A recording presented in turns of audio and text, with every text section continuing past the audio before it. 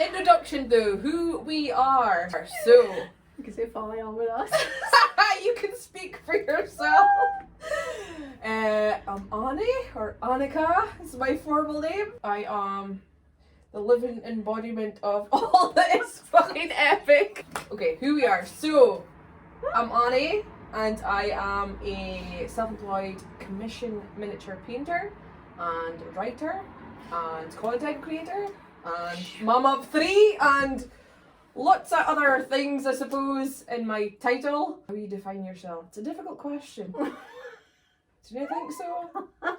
Because I've kind of feel like I've outgrown that whole... Why should you have to define yourself? We don't need pigeonholes. No, that's the We're problem. anti-pigeonhole.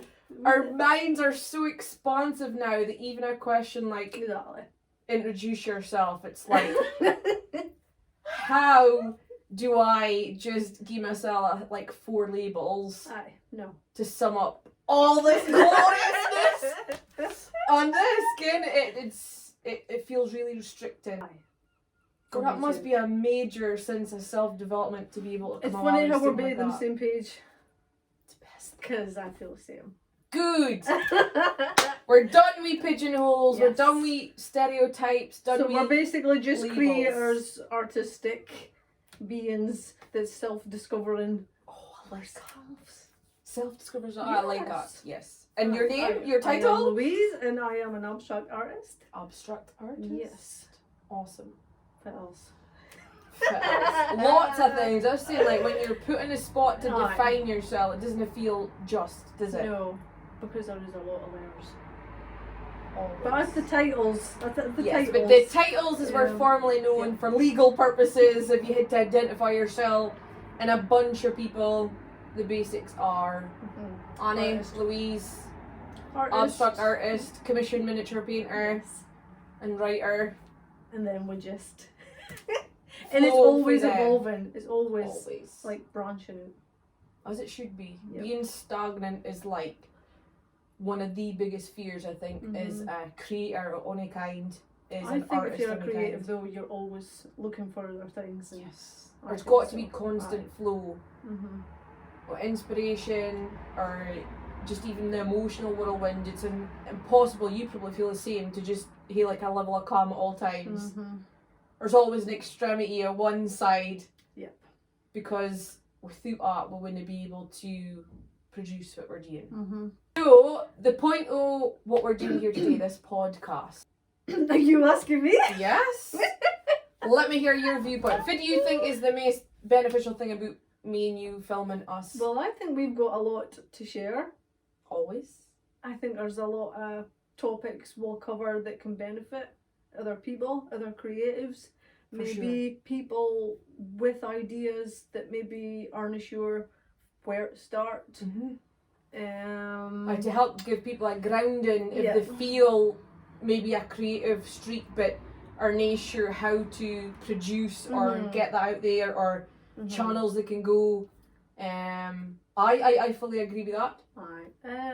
I think maybe even people that feel maybe like an outsider, maybe they're fit in, maybe they're interested in astrology, they're interested in human design, and I think we've just got a lot of things to Cover off. Aye. I think the pairing of us two, we like without got into too much depth right now because we will cover it off at a later time. Me and you have always been really open to studying elements of us, energy, which covers off things like astrology, the human design, and on inner studies and our endeavours, we've kind of uncovered that we're a certain type of person according to these energetic designs. Our biorhythms are 2 different biorhythms, but completely different for the majority of the population, which has been a blessing and a curse. It's a blessing because for the first time in our adulthood, probably in our whole lives, we've actually finally been able to realise that there's reasons for why we've struggled in our day-to-day lives for being a youth compared to the general population. This whole feeling an outsider or feeling like you didn't quite fit in, there's actually a wee bit of scientific rationale behind that based on our actual birth charts and our design type. So by that I literally mean that we were born different. Like our genetic makeup literally means that how we align ourselves and what's best for us is nae always what's best for the majority. If I speak about the majority, I'm saying about 70% of the population here. And I think by us openly discussing that, it might help target other people out there, even just to give them a general curiosity about finding out more about their internal design, their makeup, to decipher fit channels and paths maybe will help them. Because I think we all spend a lot of time doubting ourselves, criticising ourselves, feeling like life isn't how you planned out, which obviously it never really is for anybody, but like it's how you handle it.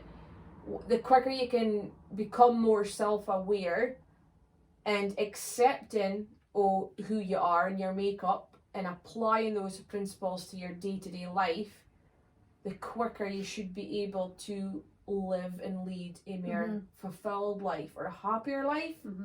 Hopefully is what we're getting at.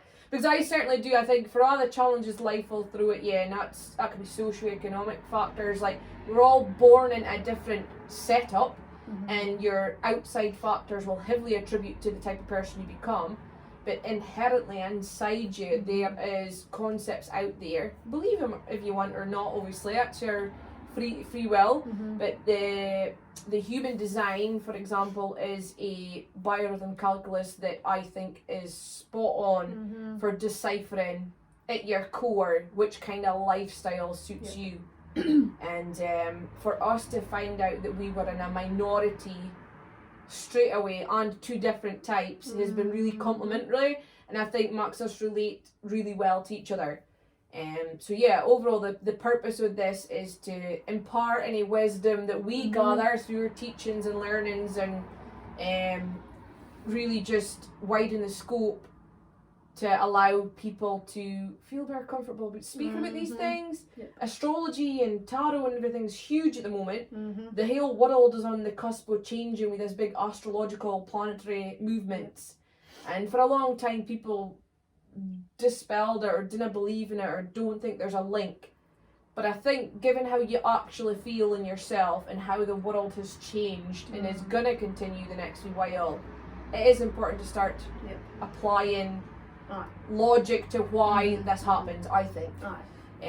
So yeah. And just be curious about yourself. Yes. I think us being curious about ourselves will benefit It's not other people just hearing our stories and how the action we're taking to learn more about ourselves. There's no limit to learning, and we always exactly. associate learning with like an educational basis or like a school or qualifications or a learning for. I always find it fascinating, like if you're going to do a test or take a new job or anything, everybody learns or wants to study a skill to apply to something. But very rarely do we think about learning fundamentally about ourselves. Bare basics. Yes! Your makeup, what should align with you. We're so quick to neglect that side of us. And with the way things are with mental health and that, especially just now, everybody's minds function differently. That's a given. Self-acceptance and all. Learn about yourself and accepting who you are. For who you are and honouring that individuality within the confines of your type. So like you'll find your tribe and your people and based on your energy alignment, I always think, and who you're around, who you surround yourself around. And the more you get in tap with that and like tuned into your own intuition, the quicker and slicker I think you can choose your group or like. I always feel like attachments to people, like it's really hard to like cut ties and they feel guilt. And like it's natural. Yes, and I think the more you accept that change is an inevitable part of life, everything's got a beginning and an end for the most part. Like I think the quicker you address that realizations, which you can do by understanding yourself more, the easier it is to cut the ties that you no longer need. The people who are no longer serving your higher good or your highest timeline, You know, people who just genuinely don't get you. Like, you feel like there's a loyalty maybe because of the length of time you've been together, like you've known each other, maybe things that you have, like, you shouldn't discredit a relationship if it served you well and there was like a learning it, yes. But it's remembering it was for that moment in time, and they hanging on to it and thinking it has to come. It doesn't have to come with you. No.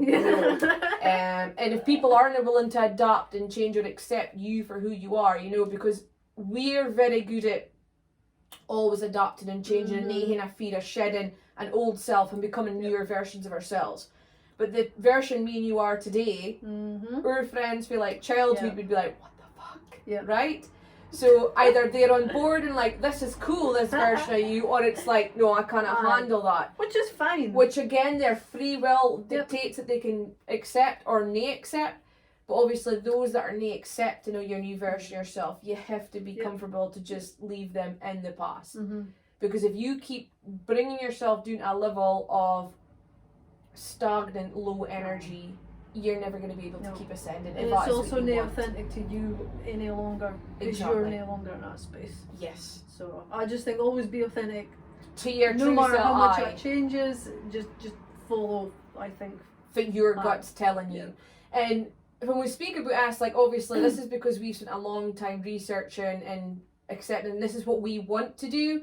For a lot of people, they are happy to stay in the status quo. They didn't want to learn or understand or expand on that, and that's absolutely fine as well. Them. No, exactly. If you didn't want to change your setup, if you're happy in your day, there is no right or wrong here, and I would never judge somebody for that. There is a saying that ignorance is bliss. You know, there's a quiet calmness almost in just accepting your lot, and they want to deviate for that.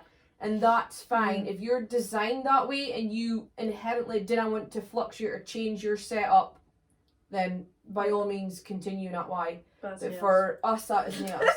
We're on a trajectory.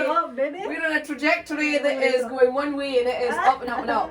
The more we learn, the more we get together and experience life. Not happening for us, to us, but like for us, like it's to bring us to our highest good. There is rationale behind all these life lessons, and I think for me, purpose-wise, it's to relay our learnings in a format that other people can maybe adapt or change or grow with, should they wish. So in terms of the purpose of the podcast, it's pretty expansive. I would say this is what it's for. Yes. Agreed. There's no such thing as a straight answer, Dina. Jesus. It's like we say we're complex. Like we're gonna stumble on this podcast and be like, what the hell? If they've been smoking, been hanging out with Joe Rogan for too long. Creative pursuits, what inspires us and how we found it. So let's speak about your abstract art. Do you want to delve into a bit about how you first got into doing and anything that like you took inspiration for your... Well, I started painting in lockdown. Like a lot of people, I think lockdown gave people a lot of time to focus on themselves. Yes. I mean, I've always done that. Anyway, so I just decided to buy a canvas from Home Bargains. Just randomly. I was actually seeing them on the shelves for like a few weeks, and I was like, there's something to I've never painted before. Okay. I didn't paint since school, and I just had an inkling that I just felt the need to get as canvas, and I just thought, if it's rubbish, it's rubbish. It's just an outlet. It's something fun. Could be a new hobby. Let's test it. And then just like that. So you bought a canvas. You buy your paints then as well? I did, just cheap things, and I wasn't sure how I felt about it. I thought it was rubbish. Okay. Then I got feedback from my partner and family, and they said it was something really good, and I was like, is this good? I reckon. Started an Instagram page. I ended up painting every single day. Wow. I suddenly felt I just had lots of stuff to put that out on that I didn't canvas. know I had within me, and I just couldn't stop painting. So you found like an expression, a way for you to express something that was inherently in you that I never knew I even had. Wow. And that's exciting though. It is exciting. and then started Instagram and my Facebook page, and it's kind of just grew and grew. And that's it. I have become an artist apparently. By default. So I've always loved that. You've always been drawn things. into creative ventures. So it was graphic design, photography. Yes. I did art at college, all these things. But something about being hands-on and just free, just the going free reign to do what you want, and your work is fantastic. Like, thank you. The colours you choose, I'm always drawn to because they tend to be darker or be something just bright there. So like a contrast. Or... I can nothing about abstract art. Neither do I though. Like I got an education, but me either. Yes, so it's like, but seeing your work, even Nate is a bias. Like if I didn't know you were like, if I didn't know you personally and I saw your work, I would still be drawn to it because. Your combination of blacks, whites and metallics for me are really, there's something about it, like in the shaping of how you put the paint across. It is fascinating. It's a fascinating process. It's just it's energy. I always explain it as it's like it's energy on canvas because it's just, there's no rhyme or reason or structure like portraits or something like that. It's like you've got the free reign, obviously, because it's abstract. So you.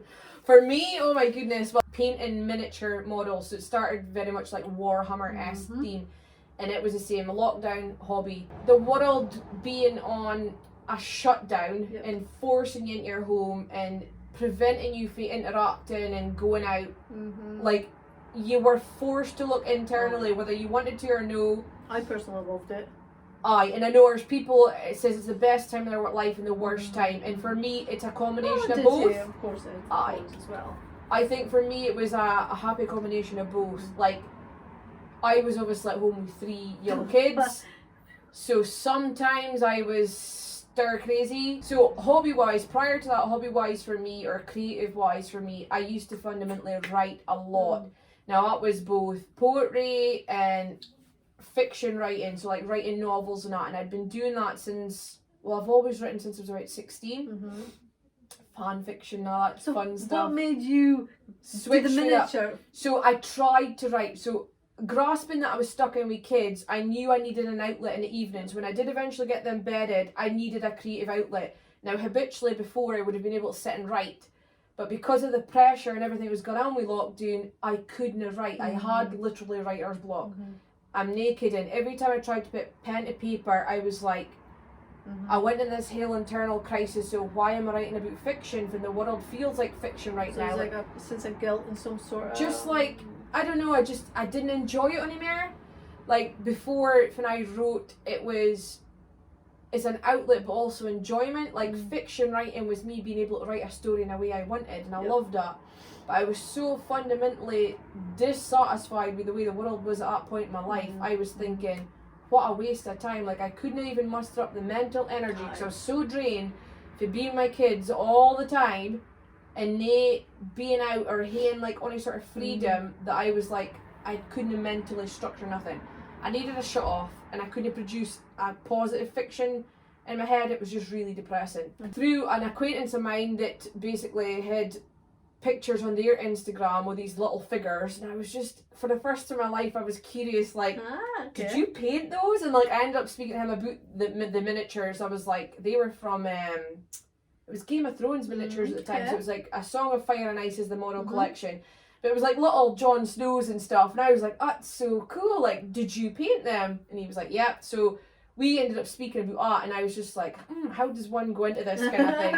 Then I'm like, is it for me? You know, when you're like really nervous, like, is it me? That's quite cool how we both found something new. Yes. Both was totally unsure, but yet both had the courage. Something had a pull to just do it, just go for it. A lot of people won't even entertain it. So that's cool. I get like, for your saying there, something, I flitted back and forth with the idea for weeks, maybe even a month to be honest, before I took the leap. But I was very much at that point of going, I need to order something. So I looked into, like, there was a Warhammer starter set magazine, and you basically got 2 figurines. It was like a Necron warrior and a Space Marine, which is like 2 really common models. And because my first fear was that these are pre-built, you have to build them yourself. And I am useless. Like DIY and stuff I am rubbish at, right? But it was this sense of wanting to do something or like build something. So I ordered the starter set. It was like the third lockdown in the UK, and I was like, right, kids get away with their dad for that weekend, and I just opened this pack, and I remember just being like, I'm gonna do this, right? I'm gonna do this. I'm gonna see how it feels. And I followed the instructions. I built the 2 miniatures, and I just like looked at them, and I was like, I built these. I was like a sense of pride. I was like, I'm maybe more capable than I actually realised, but that was just even the building, right? And I was like, painting. Now the paint obviously is a whole different ballgame again, so I was the same. I watched some tutorials and I was like, do I have the confidence to do this? I didn't want to ruin them because they're so small. And I got myself some paint sets and I thought, just fuck it, just try it. I still remember, so it was 2021, January 2021, because this is 2023, so it was like 2 years. October 2020, so Were you? So it's a couple of months difference, yeah. Because Because it was just in the cusp of the new, so it was January 2021. When I did paint it, it was like I was immersed. My mind was shut off. I was like, the reprieve I used to get for your writing, I was getting when I started painting these miniatures. So as soon as I got a taste for that, I became hooked, and it was a case of it's the same. I just went and bought like ridiculous amounts of models and paints. Like went balls deep. So you was the same. You couldn't stop once you started. Once I'd started, it was just I need to keep doing this, and it was the funny thing is yours was abstract, so you had the freedom to do what you wanted. I was intentional. It was box art. I was doing like for like what the miniature was supposed to look like.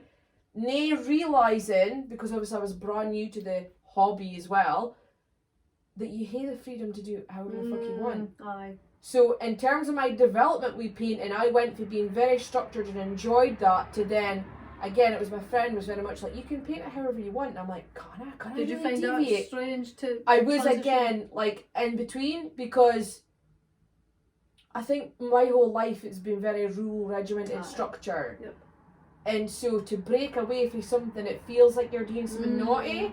There's an appeal to it, but you're like, should I not? And because it's the risk. As soon as you didn't do something by the book, you open yourself to risk. So by that, I also started posting my stuff on socials. Which is really scary. It's really a vulnerability. Doing the page. Yes. Saying, this is me, this is what I do. Yes. There's a huge vulnerability of sharing your actual work. It's one thing to do it for yourself, but to take it to that next stage. So again, predominantly when I was sharing what I did and it was structured, I felt like I'm not really worried about the criticism because I'm doing it like the box art. But as soon as I started putting like my own colours, my own cells, or moulding or shaping the models out with the norm, well, I felt completely free again. But I was also, I got like hit with a backlash of people that was like, oh, you can't do that. Well, you can. It's just how they like it. Yes. So it's all that, like, I'm saying it's a learning for you to be. It hardens you because it has to, like, because you're opening yourself to susceptibility of other people's criticism. And I'm a big fan of, you know, criticism is okay when it's constructive, which is kind of rare. But I just feel online, like people are so willing online to shit in your parade, like. Or with their own personal vendetta, or because they get a kick out at being a dick. And art is subjective, and I'll never understand how people, if you don't like it, move the fuck on. For me, there's no right or wrong with yes. So an artistic pursuit is it's personal. Yeah. I think for both of us to have started this and continued it, it's like a level of self-belief as well. Definitely. It has to be. It has somewhere. To be. Yeah. We're actively pursuing. Even though it's scary, even though there's fear, I think we both we've pursued it. We've never gave up. We've hit hurdles. You'd have been the same. You have doubts for your... Yeah. You're your own worst critic. But having that self-belief and doing it anyway is... It's pushing through it. Yes. And that's where most people will stop. Yeah. They'll maybe start it but keep it to themselves, but it's gone to the breaking Instagram, through that boundary, you know, TikTok. sharing it. It is at the. So it's becoming making fear normal, like normalizing feeling fear. Yes, and pushing yourself past a comfort stage. Even when we first started painting, it would have been easy to remain comfortable and you just sit in your house and do them for you. for me to just sit and keep doing box art and do them for me. But as soon as you push past that to go, right, I'm going to put it to public perception. Now, you know inherently it's going to come with good and bad stuff, but it's still a terrifying thing to do at first couple of times, because especially if you are met with a horrid backlash for any reason, and this is a bit of a divergent, but like my backlash didn't even come from my models, it became personal. So I kind of remember, if I told you or no, but the first video or the first image I shared of me painting my models, it was me in between doing a photo shoot, because obviously modelling and photography was also some other creative pursuits I was doing during lockdown period, and I was sat in a corset and my hair was all like 1950s pin-up style, face done, painting in between the coats of paint drying. I was also shooting, like doing photography. So one of the first images I shared, and it was on a group, like a Warhammer themed group, was of me sat in my corset painting a model. And I was like, when your hobbies include modelling and modelling, right? Smart. I thought, right? I like Because I wanted to share it as like it's okay to be both, like, and you shouldn't have to like compartmentalize. Nothing to be serious. You can be light-hearted. Exactly.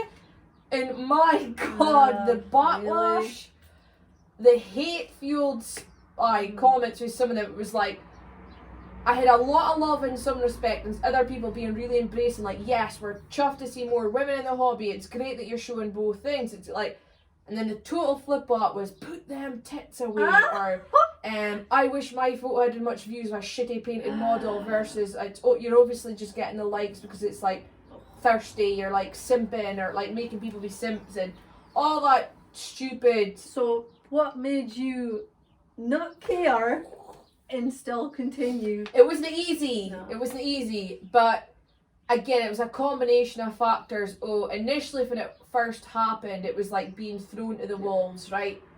I felt vulnerable, and then I got angry and sad because it became personal. It was no longer about the models and critiquing my painting. It was my appearance. It was the fact I was female. It was the clothes I wore. It got really... I can honestly, like, emotionally put myself back, if I just felt like, really? Like, that level of vulnerability was horrendous. And I was this close, I kid you not, I was this close to just being like, I am done. If this is what the Warhammer community is like, fuck them and fuck this hobby. Like, you can't promote inclusivity and have people that do that. Then it's teaching yourself that there's always an exception. Like, there's always going to be people that will try and go against you when you're doing something right.